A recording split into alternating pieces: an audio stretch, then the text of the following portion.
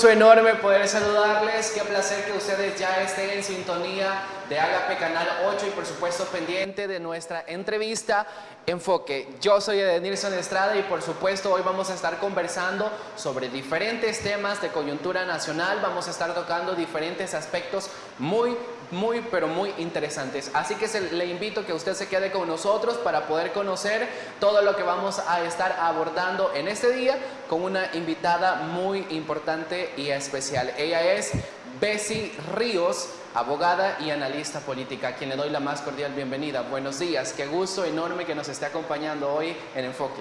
Muy buenos días, un placer acompañarles.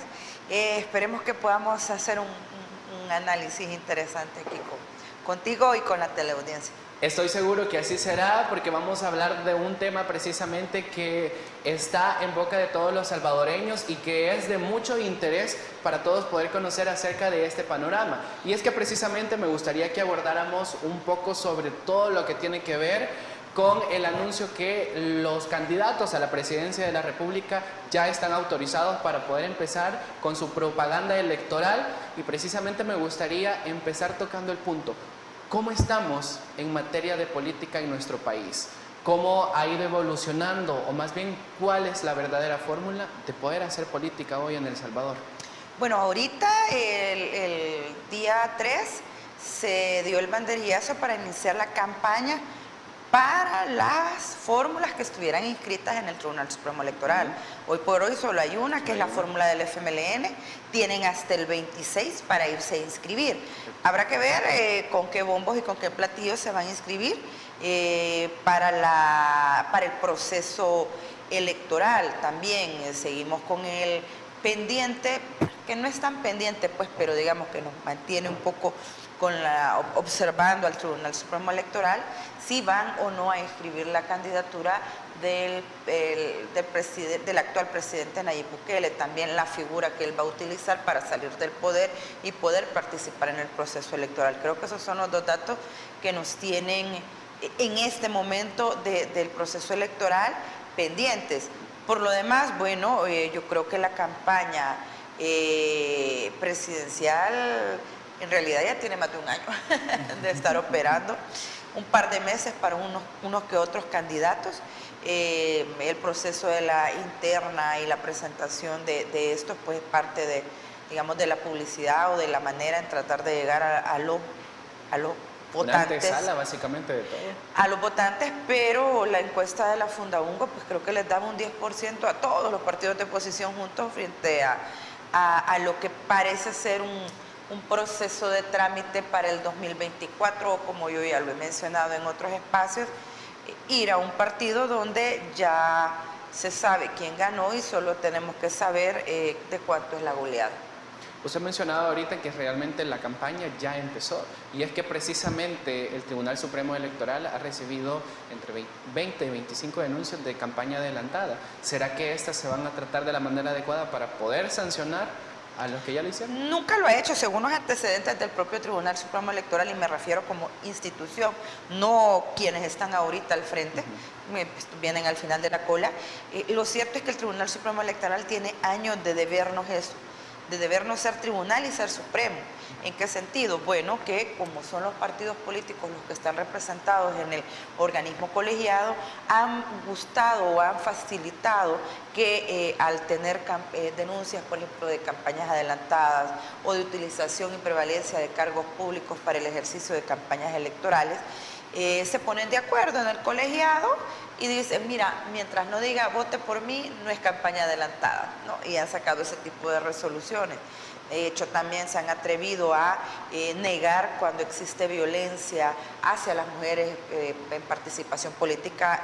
En estos días, un par de semanas atrás, tanto ONU Mujeres como Adrisa presentaron un informe previo de cómo estaban las denuncias sobre la violencia digital con las mujeres que están en la participación política electoral, y se le presentó al Tribunal Supremo Electoral. Ya veremos, tal vez, tengo una leve esperanza que, siendo una mujer presidenta del Tribunal Supremo Electoral, pues pueda tomar en serio estas denuncias y apoye a las colegas. Ahora, la realidad es que el Tribunal Supremo Electoral tiene no 2, no 3, no 4, tiene décadas de ser un tribunal que está al servicio de los partidos políticos, porque quienes ponen a los magistrados son los partidos políticos. Entonces, las resoluciones de ese organismo colegiado, salvo aquella resolución que cancela cambio democrático, pues francamente no han sido resoluciones que tiendan a castigar a los partidos por campaña adelantada. Y en el caso bien particular de la desaparición del cambio democrático, que era simple y sencillamente el vehículo que le retiraban a Nayib Bukele en aquel momento para que no corriera para la presidencia, pues fue un escándalo, porque es de todo sabido que el presidente en aquella época del Tribunal Supremo Electoral recibe la orden de una diputada del FMLN que había que cancelar el partido. De ese tribunal estamos hablando. Eso es lo que tenemos y lo que siempre hemos tenido. Entonces veo bastante alejado que pueda haber un giro con respecto a cómo siempre se han manejado ellos. Tengo esperanza que siendo una mujer la presidenta del tribunal, tal vez le dé salida a las denuncias que se han interpuesto por violencia política hacia las mujeres políticamente expuestas, mujeres en política, pero no lo sé todavía. Estamos realmente en un momento electoral, como ya lo estamos hablando, y entonces esta institución tiene que actuar de manera adecuada, pero ¿qué confianza realmente nos puede inspirar que en estas próximas elecciones sea un proceso transparente, mayormente donde se involucra hasta la diáspora? Lo que sucede es de que en lo que es en sí el proceso electoral, es decir, organizar las elecciones, eso es algo que es cajonero, es algo que tiene muchas experiencias el Tribunal Supremo Electoral, tiene cualquier cantidad de técnicos, es decir, los técnicos que hacen el calendario electoral, que organizan lo de las escuelas, que organizan la entrega de toda la papelería para el proceso del día D, es algo que a mí no me preocupa porque lo han hecho siempre y es el mismo equipo.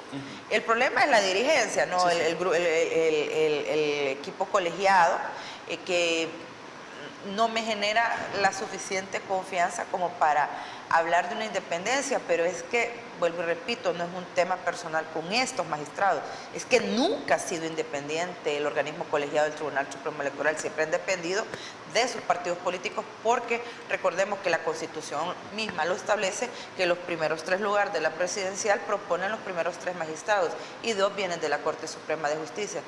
La pregunta es sencilla: ¿un partido político va a poner a un oponente político de propuesta para el Tribunal Supremo Electoral o va a poner a la persona que le garantice sus intereses? Tan simple como eso. Ya solo eso te da la pauta para que se cumpla lo que hemos estado diciendo mucha gente.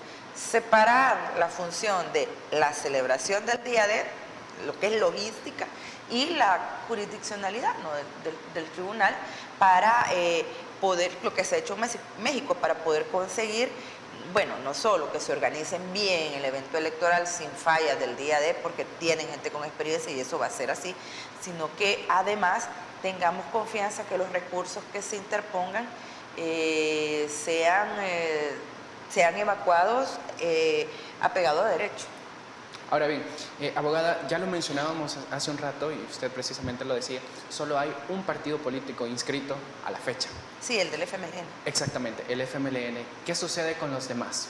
¿Por qué será que aún no se ha tomado la iniciativa? Estarán haciendo, mire, entre expectación y bueno, y los rumores que corren de pasillo, que se supone que hay un par de candidaturas que van a renunciar, que al final se van a adherir a lo que se debió haber hecho desde el principio. De hecho, se corrió el rumor con Arena. De hecho, que decían se corrió el rumor con Arena, pero entiendo yo que don Joel dijo que siempre no. Pero no dejan de correr los rumores de que se va a dar un respaldo a la candidatura de Nuestro Tiempo, que es aquella candidatura que surge de las reuniones que se hicieron en la UCA y en otros espacios durante un año, donde tenían diferentes organizaciones de los cuerpos vivos de la sociedad, organizaciones de mujeres, sindicatos, partidos, dirigencias gremiales, que se vieron en la necesidad de empezarse a reunir luego de la militarización de la Asamblea Legislativa. Durante ese proceso se maduró la idea de que había que presentar un frente amplio con una sola candidatura, pero ahí en ese momento nos volvieron a fallar los políticos tradicionales porque impusieron sus agendas personales y su derecho a influir sobre una candidatura. Entonces, al no conseguir doblarle el brazo al resto de direcciones, lo que hicieron fue separarse, ponerse el dedo, filtrar la información al Faro para que ésta saliera y desbaratar el proyecto. Porque al final del día, si tenías un año de estarte reuniendo y de, en teoría, estar pensando en el país y en teoría haber apartado tus agendas, tus taras para poder sacar un proyecto en común, ¿cómo es que un tuit lo vota? Porque un tuit fue. El Faro se lo dijo, se han estado reuniendo, digo, guarde cuando es libre, salieron los partidos, salieron dirigentes, no es cierto, no es cierto. La misma UCA salió a negar eso, que hasta que surgió el escándalo, pues terminaron aceptando. Yo fui de las que reaccioné muy molesta porque ese tipo de esfuerzos no se debe tirar a la basura, no así.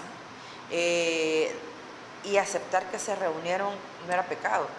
De hecho, el reaccionar como reaccionaron le permitió a la narrativa desde el poder reafirmar su posición de que los partidos no se pueden sentar. Y eso no es cierto. Aquí hay coyunturas. Te quiere invadir otro país y solo porque Arena y al frente no se pueden sentar, no se van a sentar a defender el país. Por favor, o sea, es de elemental lógica. Y cayeron en la trampa. Han caído en la narrativa de conmigo en mi contra. Yo no me siento con vos porque vos me caes mal, lo que sea. Y perdieron una oportunidad de oro de presentar una candidatura de un frente amplio con notables al frente. Me refiero no solo a la presidencial, sino también haber hecho un bloque para recuperar la Asamblea Legislativa, porque pudieron haber hecho un bloque donde pudieron haber elegido los mejores rostros de todos los sectores y presentar un solo frente. Aquí están los 60 diputados que les presentamos nosotros, de diferentes sectores, es lo mejor de lo mejor, porque aquí estamos todos, pero no lo quisieron hacer. Entonces, ante la inoperancia de la oposición de poder poner sus propios intereses, agendas y banderas de lado, surge la separación o el desgranar de esto y salen un montón de candidaturas chiquitas,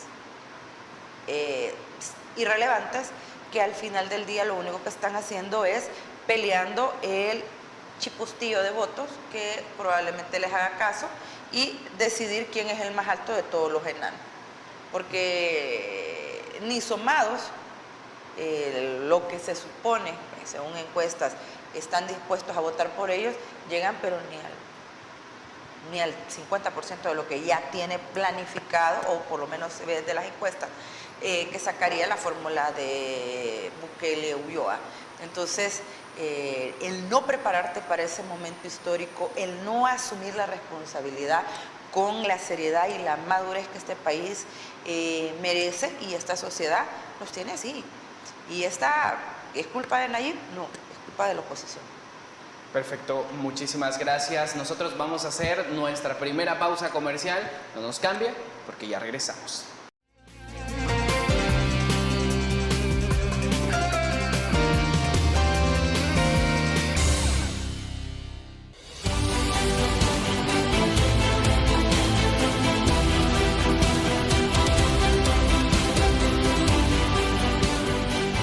Nuestro compromiso, nuestra pasión, son algunas de las cosas que nos caracterizan como salvadoreños.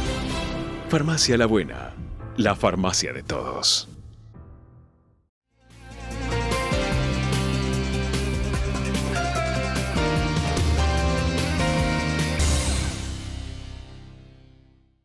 Continuamos con más. Muchísimas gracias a usted que está con nosotros en Enfoque en este día jueves. Gracias por continuar con nosotros. Estamos conversando con Bessie Ríos sobre diferentes aspectos que tienen que ver sobre todo con la campaña política que van a desempeñar los candidatos a la presidencia de El Salvador.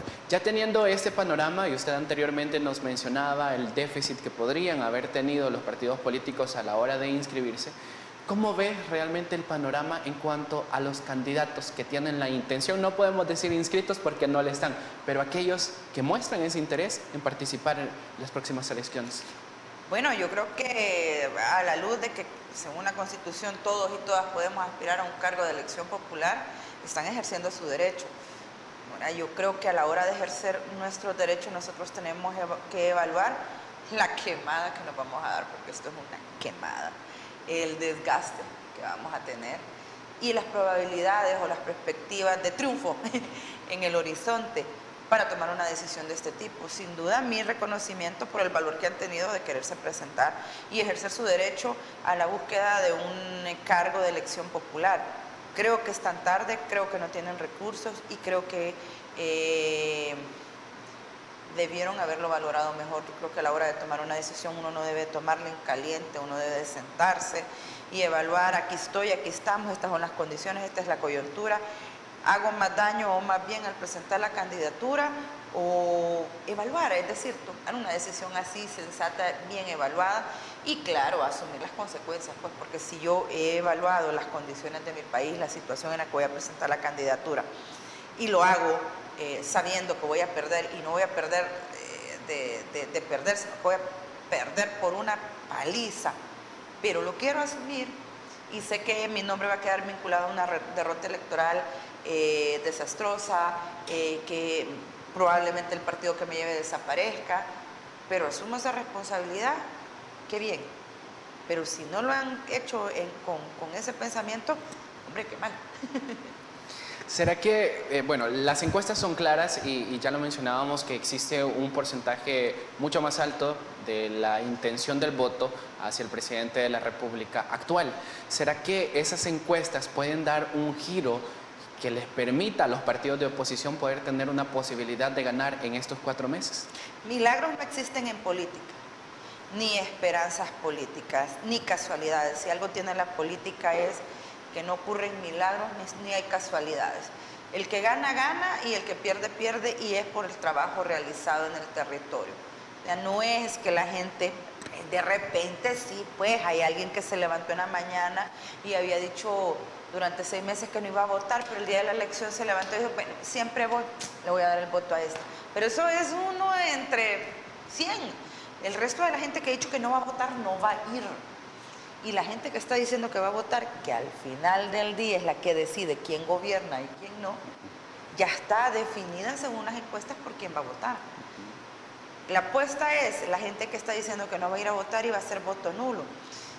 Sí, pero en realidad creo que aquí hay una gran pregunta. ¿Qué está haciendo estos partidos en separado o en conjunto para que, a pesar de que la gente sienta que hay una presión económica grande con los aumentos de la canasta básica, el salario mínimo no funciona, hay gente que se está saltando un tiempo de comida y cualquier cantidad de familias que ya pasó los niveles que ha ido bajando sus niveles de la pobreza, es decir, que están siendo más pobres de lo que ya eran, que hay violaciones a derechos humanos, hay gente que tiene parientes que son inocentes y que han sido llevados a centros penales donde reportan torturas, que hay un deterioro en la institucionalidad, una cooptación de los poderes del Estado y además hay señalamientos por violación a la libertad de expresión desde la APES.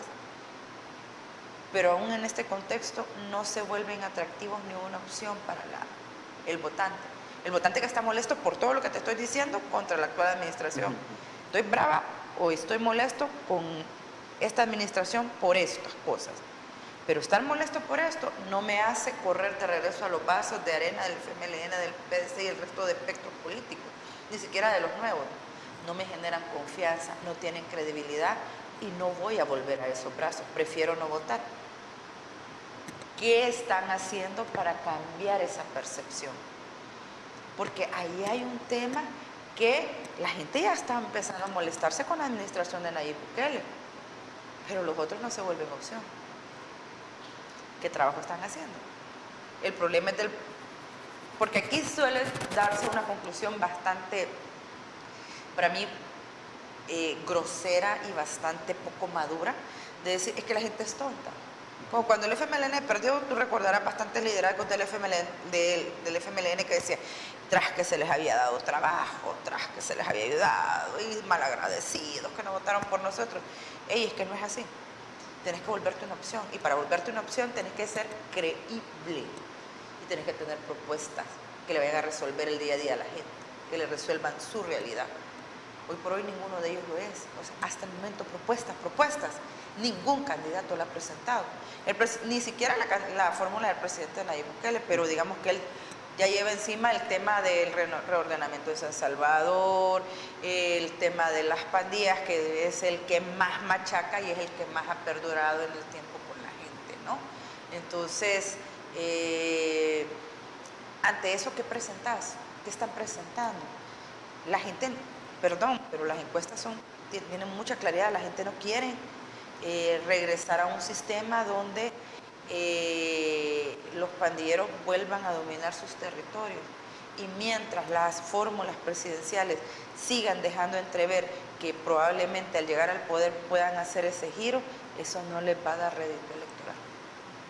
Usted mencionaba un punto muy interesante en esta intervención, y es que precisamente las personas que se encuentran en descontento con la actual administración.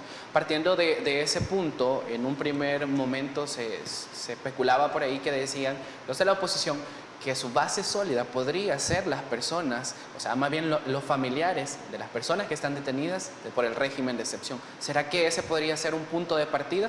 Ya se vieron las encuestas.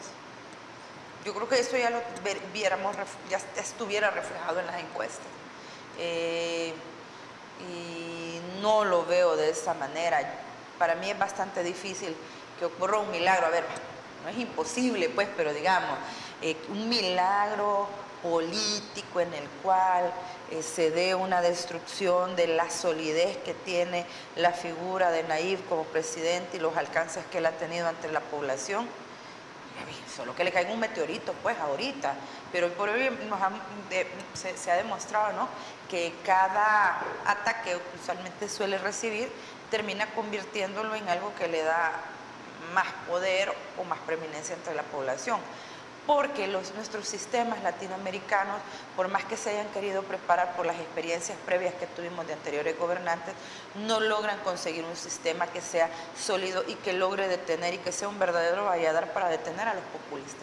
Cuando un liderazgo populista, caudillista y con aires mesiánicos llega y aparece y se vuelve la única opción para la población y el resto de partidos no les entra el sentido, no logran enfrentarlo, bueno, pues tenés eso. Excelente. También otro aspecto, ya que tocamos este mismo punto, es de que los que están optando por estos cargos no son partidarios del régimen de excepción, no comparten esta postura y viven desde un lado negativo por el hecho de decir que ha violentado derechos humanos, se han encarcelado a personas inocentes. El hecho de mostrarse de esa forma a la población, ¿será que les perjudica más? Lo que pasa es que hay que saber manejar discursos. El régimen de excepción y las reformas que se han dado y la manera en la que se ha llevado el tema de la seguridad pública, que pasa por la destitución de la Sala de lo Constitucional, la destitución del fiscal general aquel 1 de mayo, cuando toma posesión la legislatura que va para afuera ahorita, y generar todo el andamiaje legal que permitiera blindar a los funcionarios. Porque, ojo, vos no podés hacer lo que Nayib ha hecho con el tema de seguridad si vos no blindás a los funcionarios que van a ejercer ese trabajo. Arena y el FMLN quisieron a su manera, bueno, están los planes mano dura, super mano dura, quisieron, es en los gobiernos de Arena que está la ley de proscripción de pandilla, que ahí viene en esa ley que tener un tatuaje de pandilla era suficiente requisito para meterte preso. ¿Por qué nunca lo utilizaron? Bueno, por una simple y sencilla razón. No tenían toda la estructura y el andamiaje para proteger a los funcionarios que tomaran esa decisión. Porque hoy por hoy los funcionarios de Nayib Bukele que se han metido de lleno y de cabeza en eso y que probablemente estén señalados por violaciones a derechos humanos, no hoy, no mañana, pero un día tienen que responder, todo se documenta. Entonces, los gobiernos anteriores no tuvieron el valor de jugarse eso. Además de que Arena y el FMLN no le daban los votos ni uno ni al otro para poder controlar el tema de seguridad. Y el tema de seguridad se volvió un caballito de batalla entre ellos, que al final terminó deviniendo en negociar con las pandillas, darles dinero y darles armas y volverlos hartodes políticos, que cuando estaban en favor de uno u otro partido lo que hacían era ir a retirar DUIs a las comunidades para que no salieran a votar por el partido que ellos no iban a apoyar en ese momento. Y eso es una realidad y algo que ya está en investigaciones periodísticas y es cierto y pasó y se creó en los escritorios de funcionarios y dirigentes políticos. Aquí se sentaron con ellos. En este caso, este joven toma la decisión de, bueno, yo voy a hacer una solución autoritaria, militarista suspendiendo derechos, pero para suspender derechos necesito una sala de lo constitucional que no me vaya a declarar inconstitucional mi decreto, un fiscal que no me vaya a procesar a mis funcionarios mientras estamos realizando esta acción, y es lo que hizo. Luego de tener el control de la Asamblea Legislativa y por una paliza, porque dio una paliza, eso no lo neguemos, por mucho que anduvieron repitiendo los analistas políticos en 2019, en 2021, nuestro voto duro, ¿cuál voto duro? No existe voto duro. La gente lo que necesita es necesita funcionarios que les resuelvan, y si vos te pones una camisa verde y mañana una camisa azul, si vos resolvés, la gente va a votar por vos, no sos voto duro de ningún partido. Los fanáticos son menos de lo que se cree. Entonces, tenés toda esta realidad, ¿no?, que hay que atacar estos grupos delincuenciales, pero para eso necesitas un andamiaje legal, necesitas estructuras institucionales que te protejan a tus funcionarios. Una vez teniendo todo esto, le entra el tema de seguridad. Pero yo te digo con muchísima certeza, tanto Arena como el FMLN, sus dos gobiernos, tenían en aquel momento altos números de denuncias de muertes extrajudiciales. Tenías procesadas cualquier cantidad de militares y policías que tenían grupos de exterminio y andaban matando pandilleros. Los andaban matando, o sea, digamos, cada gobierno trató de hacer a su manera un poquito de control con el tema de las pandillas, pero el monstruo fue que el CIEDME no lograron hacerlo y no tuvieron el valor de tocar la institucionalidad como él sí lo hizo. Dentro de 10, 15 años vamos a hacer el análisis si estuvo bien, si estuvo mal, y va a depender de lo que te diga la gente. Porque yo hoy por hoy te puedo decir que no había otra manera de entrar a los territorios. No había otra manera. Ahora, si esto debe seguirse sosteniendo, bueno, yo creo que ya es momento de evaluarlo. Creo que ya es momento de empezarle a preguntar al gobierno si puede darle seguridad a los salvadoreños y salvadoreñas sin suspender garantías constitucionales. Y si no lo puede hacer, si no me puede dar seguridad a mí, si no me suspende las garantías constitucionales, quiere decir que no hay una política de seguridad fuerte y eficaz y eficiente. Y eso ya es un problema. Perfecto, muchísimas gracias, Bessie, excelente análisis. Nosotros nos vamos a nuestra segunda pausa comercial, ya regresamos.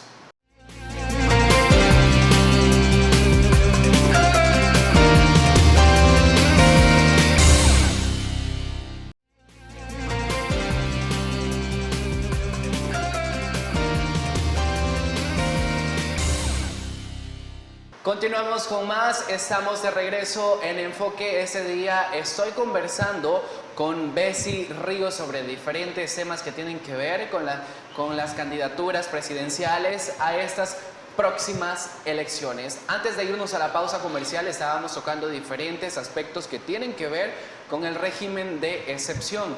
Y es que precisamente viendo este punto y continuando un poco más con esto, ¿qué tan beneficioso va a ser para la actual administración? Como usted ya lo mencionaba, ha sido el tema que más le ha dado auge, el que más ha tratado. Entonces, de cierta forma, ha sido una acción que se ha sabido manejar y ha sido buena, ¿o cómo se podría catalogar? Bueno, si en los territorios la gente se siente más cómoda, si la gente vas al territorio y la gente te dice, mire, hoy puedo salir al parque, hoy puedo regresar de noche, ya me viene a dejar el transporte del trabajo, ya vienen los delivery, definitivamente ellos han tenido un cambio en su calidad de vida. Y es esta población la que no ha tenido empacho, ni lo tendrá aparentemente, en entregar sus garantías constitucionales a cambio de seguridad. Y tiene su lógica, pues, porque la gente ha pasado preocupada por el pandillero, por la clica, por proteger a sus hijos, por sobrevivir en esos territorios, porque no había manera de salirse de esos lugares. Y en ese periodo, bueno, a mismas voces de los partidos de oposición se dice, había democracia, había institucionalidad, separación de poderes, libertad de expresión, bueno, todo lo que una democracia debe tener. Pero esa democracia estuvo en función de estos grupos, de estos segmentos de la población que estaban sometidos a estos grupos en los territorios. Entonces, suspenden las garantías constitucionales y estos segmentos de la población se liberan de estos grupos delincuenciales. Entonces tú vas ahora y le decís, mire, era mejor como estábamos antes. porque teníamos separación de poderes, independencia, libertad de expresión, pero la gente te va a decir en los territorios, sí, pero era cuando las pandillas más me hacían daño. Entonces, ¿es tu democracia o mi democracia? Y ahí tenemos que aprender a ser pragmáticos, en entender que la seguridad y la vida de las familias salvadoreñas en los territorios ha cambiado, a costa sin duda de entregar derechos, pero esta gente ahorita lo ve hasta cierta medida un precio, no te diré justo, pero un precio que pagar.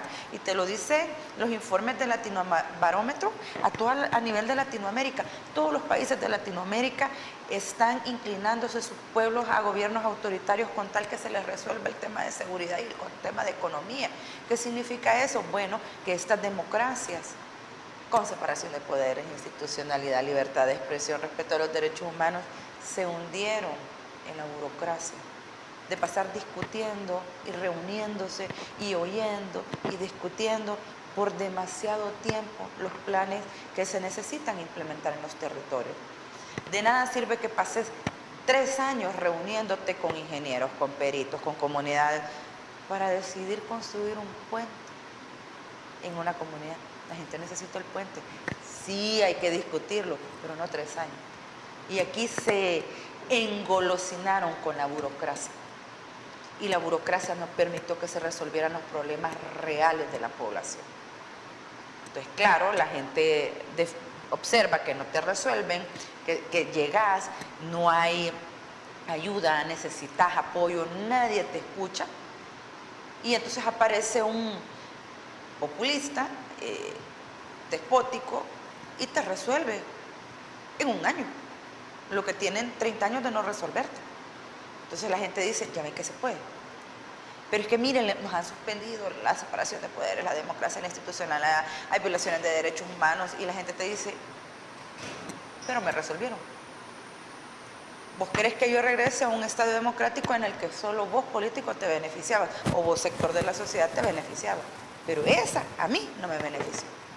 Entonces allí es donde hay que escuchar a esos sectores y modificar su discurso, los partidos de oposición, si es que quieren llegar, como han dicho, a las mentes y a los corazones de estos grandes segmentos populares de la población.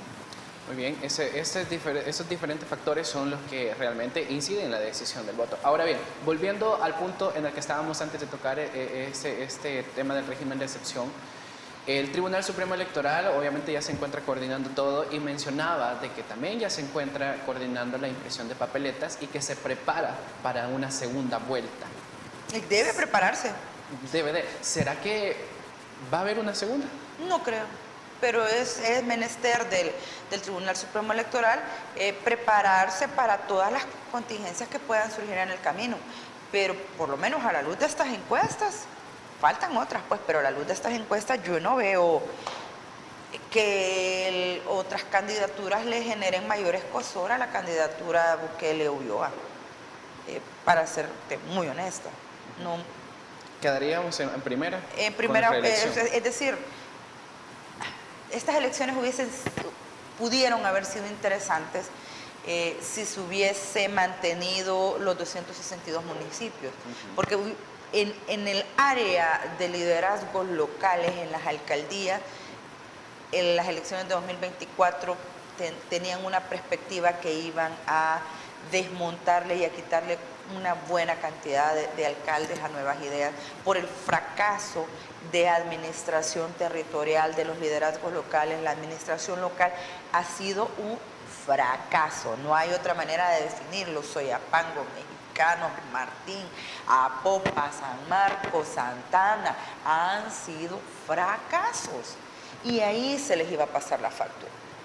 Evidentemente, al observar estas situaciones y estas condiciones, se toma la decisión de hacer la reforma y reducir a 44 municipios. ¿Qué podría ser una estrategia política? Sin duda, para mantener la concentración del poder y mantener la mayoría de territorialidad bajo una sola bandera. Eso que no quepa la menor duda. Pero de saber que el revés para la administración Bukele iba a ser en lo municipal, en las municipalidades, no se traslada automáticamente al legislativo menos al ejecutivo. Entonces, a la hora de que uno tiene que hacer un análisis, y más si uno está desde la oposición, no puede hacer cuentas alegres. Primero no puedes decir, es que tienen miedo y por eso hicieron las reformas. No, las reformas de este tipo se hacen cuando tú estás en la mejor condición frente a la población. Si te fijas, en la mayoría de países las reformas más duras, más fuertes, más que cambian el sistema se hacen al inicio de los gobiernos, porque cuando popularmente están más fuertes y tienen respaldo de la población. ¿Por qué lo hace al final de su administración? Porque está fuerte, no es porque esté débil. Está tan fuerte que se dio cuenta que iba a perder los municipios, pero los municipios no los iba a perder por él, sino porque la gente hace la reflexión, y el alcalde no es Nayib. Y Nayib no necesita alcalde, necesita diputados, y así se ven las encuestas, reflejadísimo. Entonces, puedo quitarle al alcalde. Y esa previsión hace que se generen todas las reformas para mantener y conservar el control del poder en el territorio, pero no porque le tuviera miedo a la oposición. Saber que iban a tener un revés, fuerte revés en las alcaldías, no implicaba que iban a perder el control de la Asamblea Legislativa y menos del Ejecutivo. Y al final del día, al controlar el Ejecutivo y el Legislativo, puedes controlar el Judicial. No había perdido nada. Okay. Usted ha mencionado ahorita un punto muy importante y muy cierto, la verdad, que quienes se encargan de pasar factura y de tomar las decisiones al final de quiénes van a ser los mandatarios es la misma sociedad. Ya lo he mencionado ahorita con la cuestión de los alcaldes. Y eso causado por a veces no atender las necesidades o lo que las personas necesitan. Ahora bien, ¿qué sucede en cuanto a todo El Salvador, que se ve agobiado por el alto costo de la vida, el precio de la canasta básica? Para nadie es un secreto que está súper elevado, y también el alto costo del combustible, diferentes factores que afectan de manera directa a la economía de todas las familias. ¿Será que este tipo de factores van a incidir en las próximas elecciones? Pero eso sí, la respuesta la voy a necesitar luego de la pausa comercial. Ya regresamos.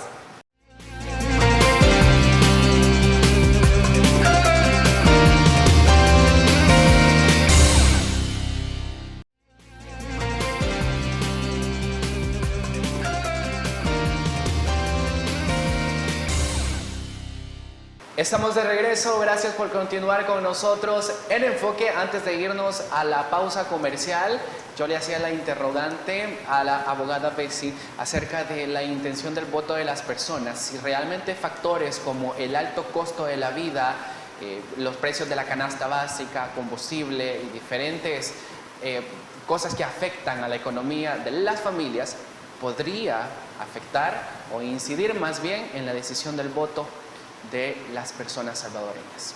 Adelante. El tema de la economía va a afectar las elecciones, pero no la de 2024.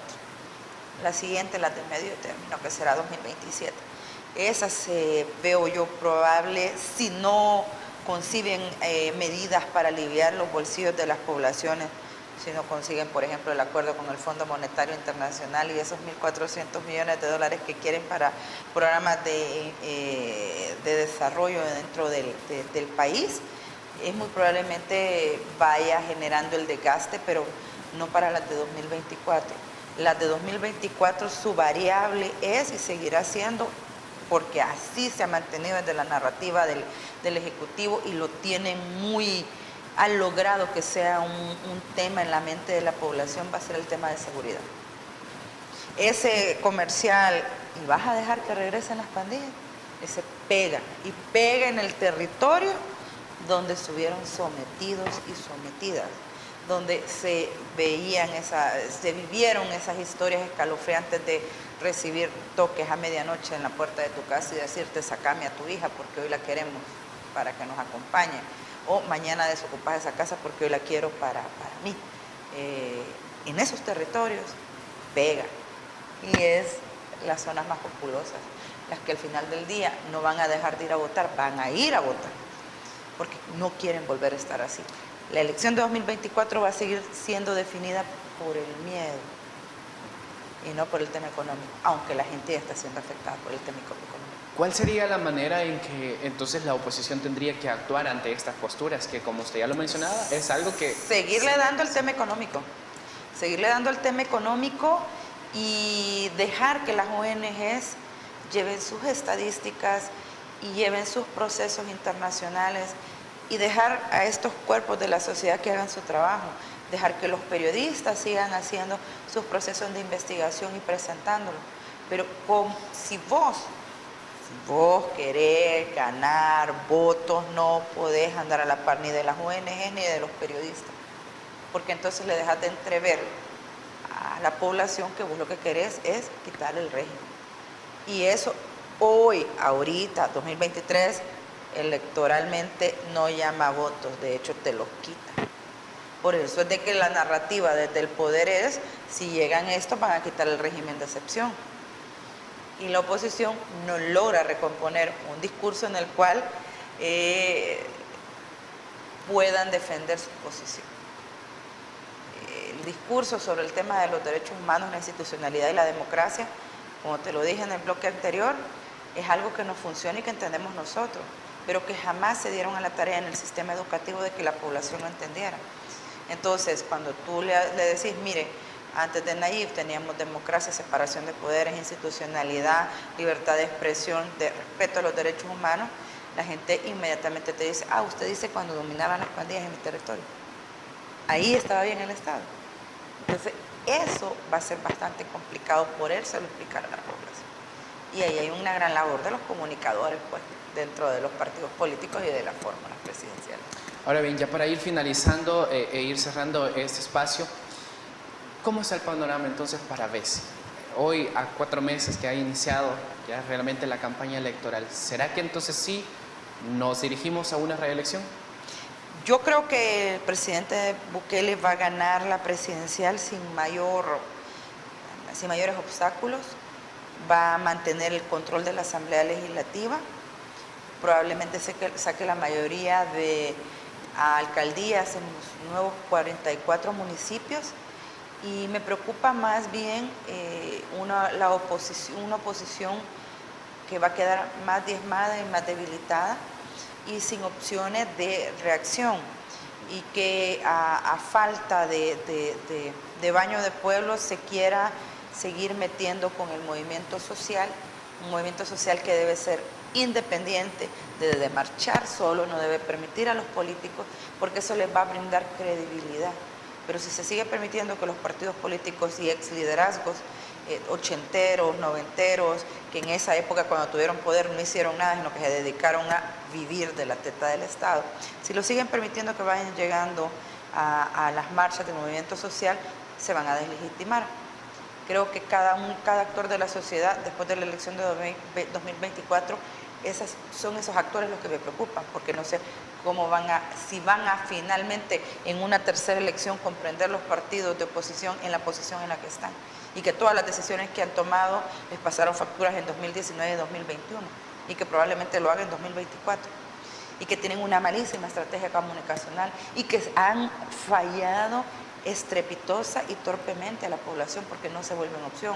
Si va a entender el movimiento social que debe desembarazarse de esos partidos políticos, que debe dejarlos fuera del movimiento social, y que se debe buscar nuevos liderazgos que poco a poco vayan surgiendo. Esto va a ser un proceso, no va a ser una cosa de la noche a la mañana. En política no hay milagros ni casualidades, se trabaja. Perfecto, muchísimas gracias, abogada, por haber estado con nosotros. Gracias por su análisis y por sus posturas. Gracias, muy amable, pase un feliz día. Muchísimas gracias. También agradecemos a ustedes por haber estado con nosotros, por haber estado al pendiente y haberse quedado hasta el final. Será hasta la próxima semana que nos volvemos a encontrar en Enfoque, eso sí, si Dios nos presta la vida. ¡Feliz día!